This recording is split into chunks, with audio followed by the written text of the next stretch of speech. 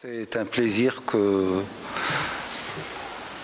de reprendre. Je ne vais pas utiliser le mot accueillir parce que vous êtes chez vous ici, mais le plaisir est effectivement de reprendre cette marche qu'on a débutée depuis une belle période maintenant et qui a généré du livrable dans les 4 sauveteurs qui sont maintenant des figures éminentes.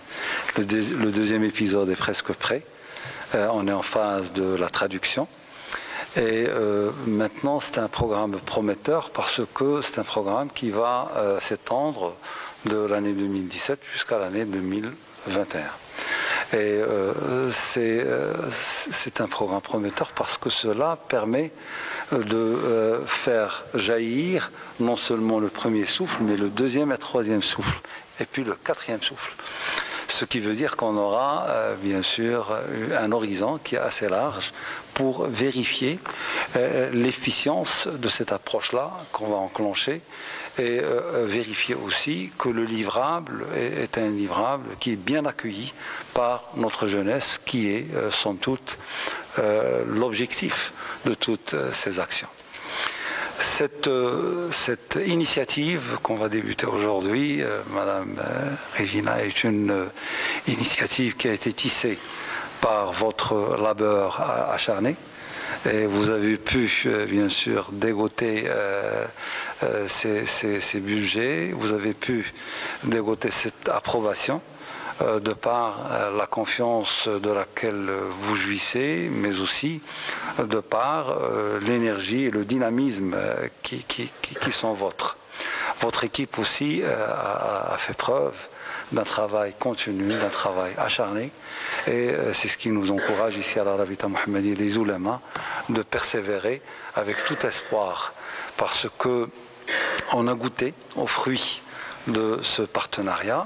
Ce sont des fruits qui ne se restreignent pas dans les enceintes, nos enceintes respectives, UNICEF et Rabita Mohammedia des Oulémas, mais ce sont des fruits, bien sûr, qui sont en tache d'huile vertueuse et qui touchent notre enfance. Je suis très heureux, particulièrement aujourd'hui, de vous accueillir, parce que vous, finalement, vous êtes l'objectif de cette action-là. Lorsqu'on parle de immunisation, lorsqu'on parle de habilitation, et qu'on se démarque du mot protection, oui, on doit protéger, mais cette protection est un lapsus révélateur qui révèle quand même qu'il y a une sorte de tutelle insistée. Nous, dans cette action-là, on a tout fait justement pour vous accompagner, pour nous détacher de cette tutelle-là. C'est plutôt un accompagnement, c'est un travail qu'on fait ensemble, et c'est ainsi qu'on a généré les 4 sauveteurs. Les 4 sauveteurs ont été générés avec l'enfance, par l'enfance, pour l'enfance. Et les jeux vidéo, Nadif ou Fatha al-Soukoun ou le jeu qui est en genèse maintenant, sont des jeux qui ont été générés, bien sûr, avec l'accompagnement des équipes spécialisées, des ingénieurs et autres, par vous, avec vous et pour vous. Et donc on ne peut que s'en féliciter. Prêcher l'enfance, peut-être est une bonne chose, mais les résultats sont au-deçà des aspirations.